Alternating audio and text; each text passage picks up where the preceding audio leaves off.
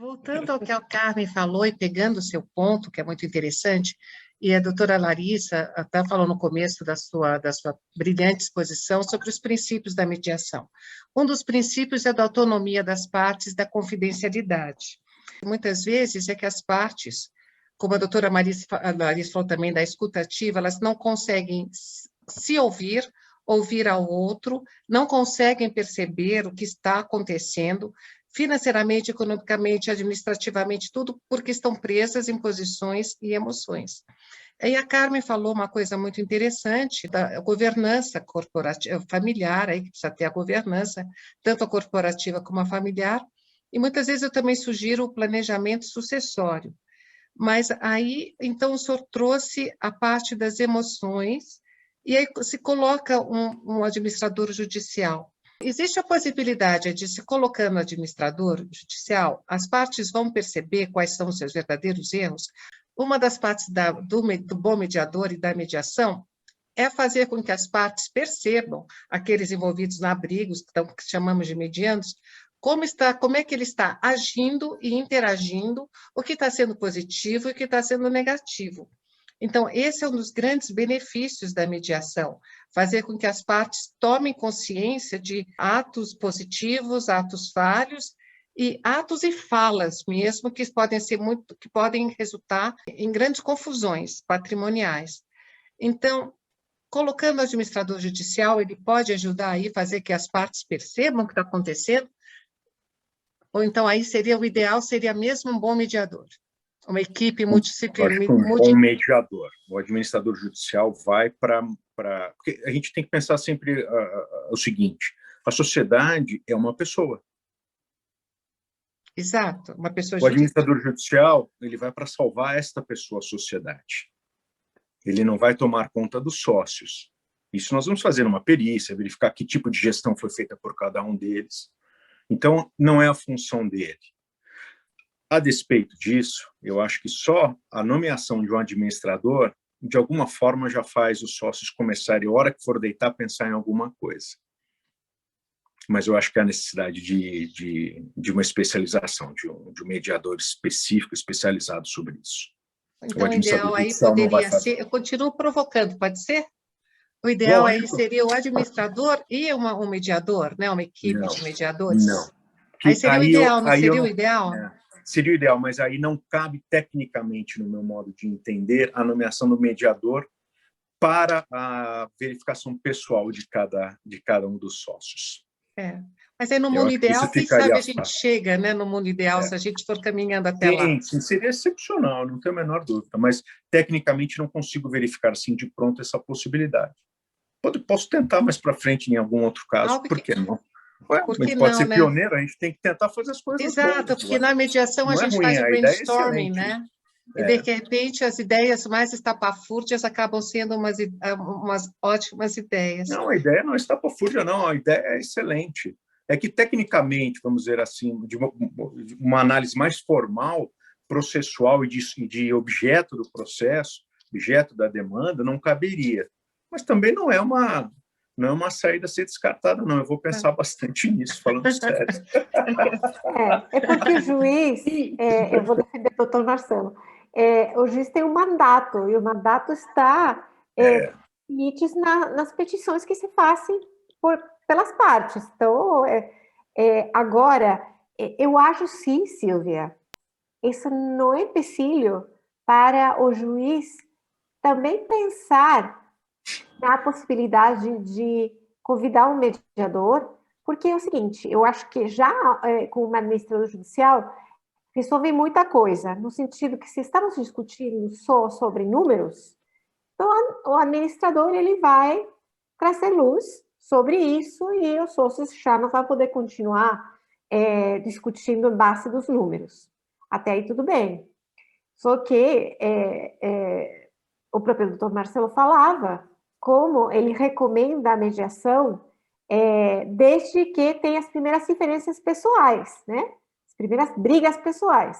Aquelas não vão terminar porque eu acho que esse meu irmão, enfim, ele nem sempre faz o que ele fala que vai fazer. Essas coisas não vão acabar. E depois do administrador terminar seu trabalho, os conflitos internos podem continuar. Porque, vejam, essa é uma fala que os mediadores todos conhecemos, mas num conflito é o mesmo que quando você vê a ponta de um iceberg flutuando no mar. Você vê a parte mais pequena do iceberg, que são as posições das partes. Não é, Silvia? Mas você não consegue, sem um processo de mediação profissional, que não tem a ver com a psicologia, né? Não consegue ver o que tem por baixo. E se você só consegue resolver o que tem por acima, vai bater de frente com tudo que tem por baixo, né? Então, eu acho que uma combinação, Silvia, é uma ideia incrível. E, Carmen, doutor Marcelo e doutora Larissa, tem pesquisadores do campo de psicologia comportamental que falam que quando aparece o conflito é uma oportunidade muito boa. Se as pessoas tiverem a maturidade para saberem lidar com ele, porque quando aparece o conflito, as pessoas vão ter que lidar com uma situação passível de resolução. Então, é nisso que a mediação entra, porque quando aparece conflito, se pega numa fase propícia para aquilo, aí consegue resolver. Aquele irmão pode ser que nunca ame de novo aquele outro irmão, mas pelo menos o conflito pode ser amainado, pode ser acalmado, e eles podem gerir aquela sociedade, fazer uma dissolução parcial ou total, ou alguém pode continuar, não matam aquela sociedade, não destroem. Então, é esse o grande papel da mediação, mas ela tem um tempo. Eu gostaria da opinião da doutora Larissa, doutor Marcelo. Carmen, eu acho que nós, mediadoras, conversamos bastante, sabemos que a mediação tem um tempo que ela deve começar, porque quando o conflito escala, aí já não tem mais jeito, aí um dá um tiro no outro mesmo, aí acaba numa recuperação, até numa falência. No meu ponto de vista, o próprio administrador poderia contratar essa Câmara de Mediação para tratar daquilo que ele não vai ter instrumento e autonomia, né?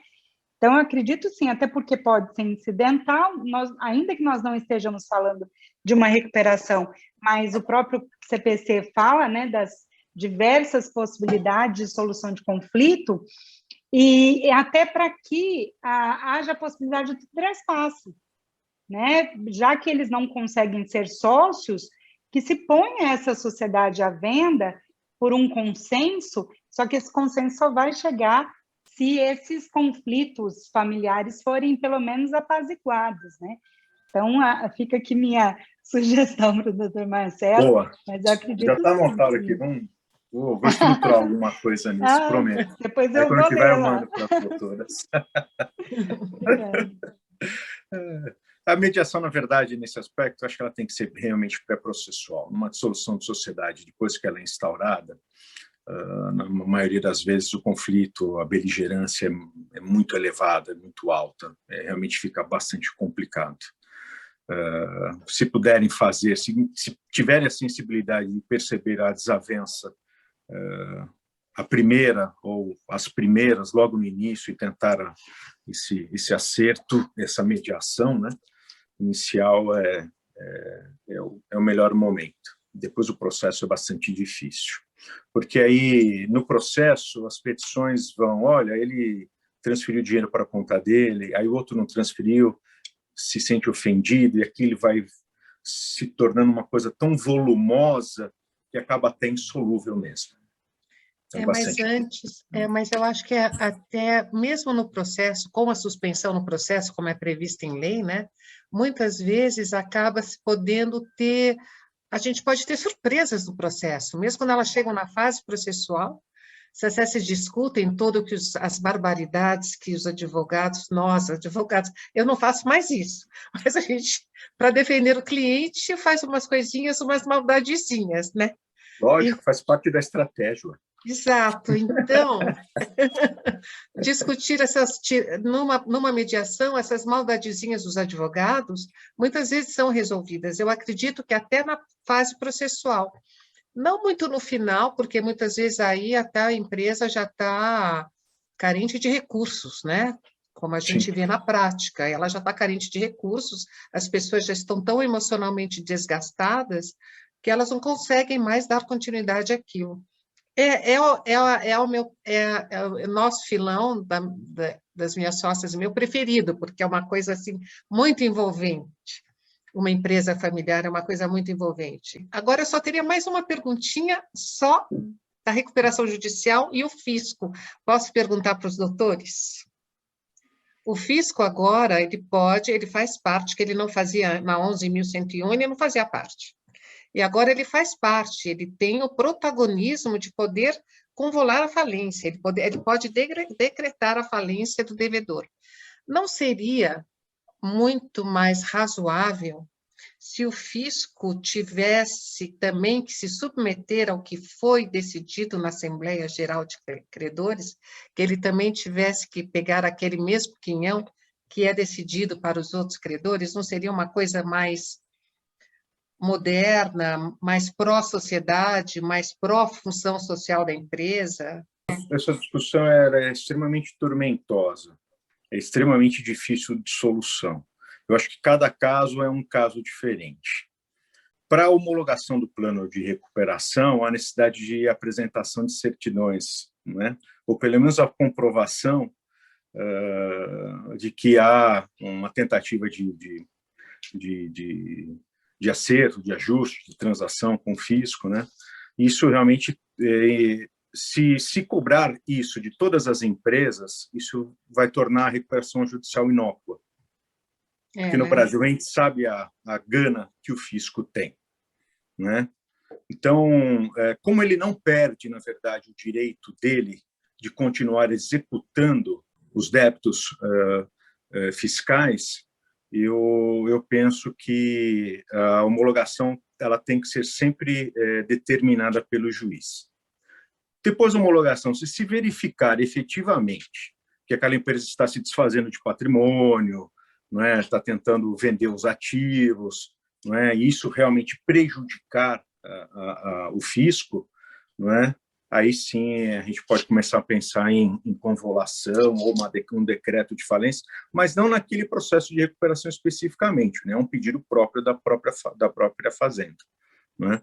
É uma questão muito nova, na verdade, é uma questão que o STJ já tem debatido. Tivemos uma suspensão numa decisão do STJ, depois voltaram atrás.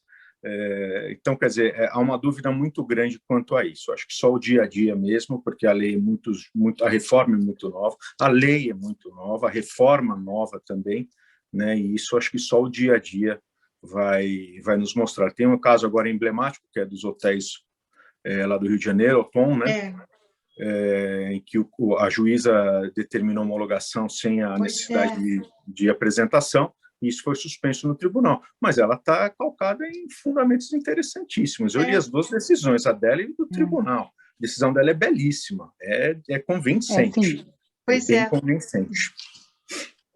Não sei o que a pensa a decisão doutora dela é Larissa. Excelente, não é? E o fundamento, né, de que o Estado não pode abrir mão dos seus, né, dos seus recebimentos, da indisponibilidade, né, do valor, dos valores que o fisco tem em relação à recuperação, isso realmente está tão ultrapassado, né?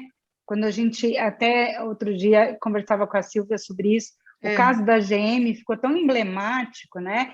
Quando o Obama propôs que o próprio Estado fosse um DIP, né? O Estado fez um aporte, né? Fez um investimento na GM em função da preservação da empresa. O crédito que foi investido pelo Estado foi convertido em ações e o Estado lucrou, né, com a valorização das ações da GM. Então, esse caso é um caso extremamente emblemático, claro que é uma recuperação imensa, do interesse muito mais de emoção, né, por conta da representatividade que a GM tem para o povo americano, mas, sem dúvida nenhuma, não nessas proporções, mas o Estado, né, mesmo identificando a importância da empresa da circulação dos bens, importância da manutenção dessa empresa. Ainda, né, ter, numa alteração tão substancial que foi essa, o benefício do aumento do parcelamento de 84 para 120 é realmente muito triste, né? Muito triste. E os poderes que o fisco mantém com relação à desconstrução até daquilo que o credor tem interesse, né?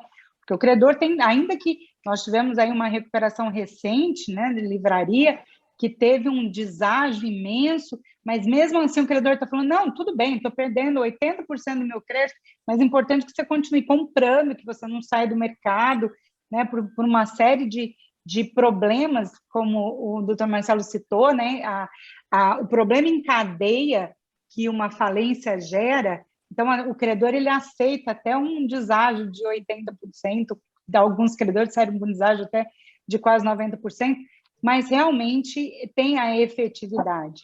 Então, isso já não, né, entendo também, como a Silvia, que isso já não cabe, mas, infelizmente, a gente vai ter que se contentar com isso por enquanto, né, até que nós tenhamos aí uma reforma tributária, e dentro da reforma tributária, a possibilidade de um capítulo, né, que trate sobre a recuperação judicial. Vamos ver, né? Vamos torcer. Vamos fazer nossa advocacy aqui por conta disso, né? Tomara, Larissa, porque realmente, nesse exemplo da GM, é justamente essa sugestão de, olha, eu, Estado, fisco, eu vou emprestar para vocês, eu vou investir em vocês. Isso é a que eu me referia quando eu falei sobre criação de valor e não divisão dos valores. Justamente isso. Essa é uma típica proposta que pode sair de uma mediação. Só para dar um exemplo, né? Essa é a função do mediador, expandir o bolo, não simplesmente dividir ele como ele está nesse momento, no momento da disputa. No caso do direito empresarial, na recuperação judicial, nos conflitos entre sócios, enfim, o mediador tem que ser especializado. Não pode ser um mediador que, embora seja até advogado, ele nunca tenha agido no direito empresarial, porque realmente não é que ele vai dar a sua opinião, e isso eu quero muito que a nossa audiência entenda qual vai ser o papel desse mediador. Tanto os advogados que participam, que representam as partes na falência, têm que ser especialistas naquela matéria, quanto o mediador. Por quê? Não porque as partes vão poder perguntar ao mediador, mediador, você o que opina? Mediador, para manter sua imparcialidade, que é um dos princípios da mediação, ele não pode, não deve e não vai opinar. Mas, se ele perceber que existe simetria das informações entre as partes, se ele perceber que alguém está agindo de má fé, ele só pode perceber essas coisas se ele tem conhecimento da matéria. E aí ele vai poder, sem dar sua opinião, dar certos choques de realidade jurídicos para que as pessoas se deem conta do que realmente está sendo proposto ou falado na mediação. Então, essa é a grande sacada do mediador, ser um profissional da área e ter uma especialização. O mediador pode ajudar muito, mas os advogados também têm que estar preparados para saber qual é seu papel dentro da mediação. Esse é um desafio muito grande, não é, Silvia? Total, Carmen. Assina embaixo que você está falando. Eu também. Porque a gente mesmo, como advogado, tem que tirar o chapéu do advogado para entrar numa mediação.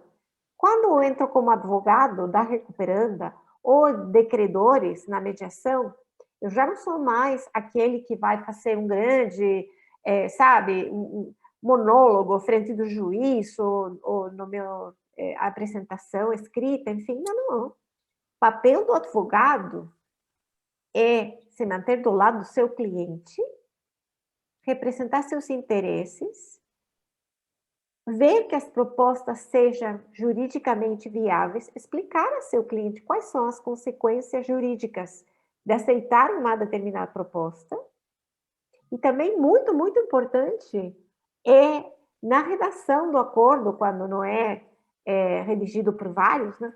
São os advogados que vão ter que fazer, e vão ter que fazer de modo tal que o juiz homologue aquele acordo e que o acordo seja execuível, porque são eles responsáveis daquilo, não o mediador. Então, eu acho que fica a dica que é muito importante entender quais são nossas posições nesse organograma novo que oferece uma mediação. Concordo plenamente e repito o que eu havia dito. Se contratar alguém que não tenha especialização, o dano é maior. Isso é evidente, eu vejo isso todos os dias no meu trabalho. E é uma pena. Às vezes tem que pagar um pouco mais, mas aquele profissional merece, porque ele se especializou para isso. Ele merece. E dentro do direito empresarial de insolvência, a especialização é extremamente importante. É vital, né? É uma grande responsabilidade, né? Uma grande responsabilidade. Muita. Nossa. Hoje, 95% das empresas brasileiras são micro, pequenas e médias empresas. As câmaras, elas ainda, os valores que são cobrados, né, eles ainda ficam muito acima daquilo que essas empresas podem suportar inicialmente, né, para tentar a via extrajudicial. Bom, posso só dizer, viu, Frederico, que não são todas as câmaras que não atentaram para isso. A Câmara Brasil-Líbano existe justamente para democratizar isso, e adequando, inclusive, custas, honorários, para que possa atingir justamente o pequeno e médio e não seja oneroso. Tem alguns paradigmas, né, com relação aos métodos alternativos de resolução de disputas. Falando na função do advogado, é muito importante hoje os advogados se atentarem, quando eles vão aconselhar seus clientes, a cláusula de resolução de disputas, a forma em que ela está estruturada. Quando estamos falando de grandes contratos, de grandes negócios, embora seja uma pequena média empresa, se para ela é um grande negócio, isso aqui é um grande negócio, seria interessante pensar numa cláusula que chama de escalonada. Uma cláusula que tenha uma eficiência que permita que, quando surgir o conflito, eu possa levá-lo para uma negociação entre as altas direções de ambas empresas. Talvez assistida, talvez não. Que se logo de um prazo essa negociação não tem sucesso, elas possam sim ir para a mediação. Existe mediação ad hoc e existe mediação institucional. E nesse sentido, tanto no âmbito da mediação quanto da arbitragem, eu apoio 100% o que o Guilherme está falando. Tem muitas câmaras hoje surgindo que estão querendo, como a Câmara Brasil-Líbano, democratizar um pouquinho mais esses métodos, justamente para ser eles mais acessíveis para todo mundo. Mas tem uma coisa aqui bem importante, especialmente no caso da arbitragem. A experiência na arbitragem pode ser muito melhor do que tem sido se o advogado que está redigindo esse contrato com essa cláusula de resolução de disputas se atenta a qual é a câmara mais adequada para a arbitragem de aquele conflito daquela empresa. Porque se já estão existindo aquelas câmaras que cobram de uma forma mais realista e que são especializadas, por exemplo, no comércio da pequena e mediana empresa, há câmaras especializadas em matérias de falência e recuperação judicial, câmaras online sobre franchising, câmaras sobre construção, enfim. O problema é que ainda elas não são muito conhecidas. naturalmente, o advogado tem que testar se ela está certificada, se ela tem um código, se ela tem tudo aquilo que tem que ter. Perfeito. Uma vez que ela tem, essa é uma Câmara que vai prestar muito bem para aquele conflito. Isso que eu queria falar.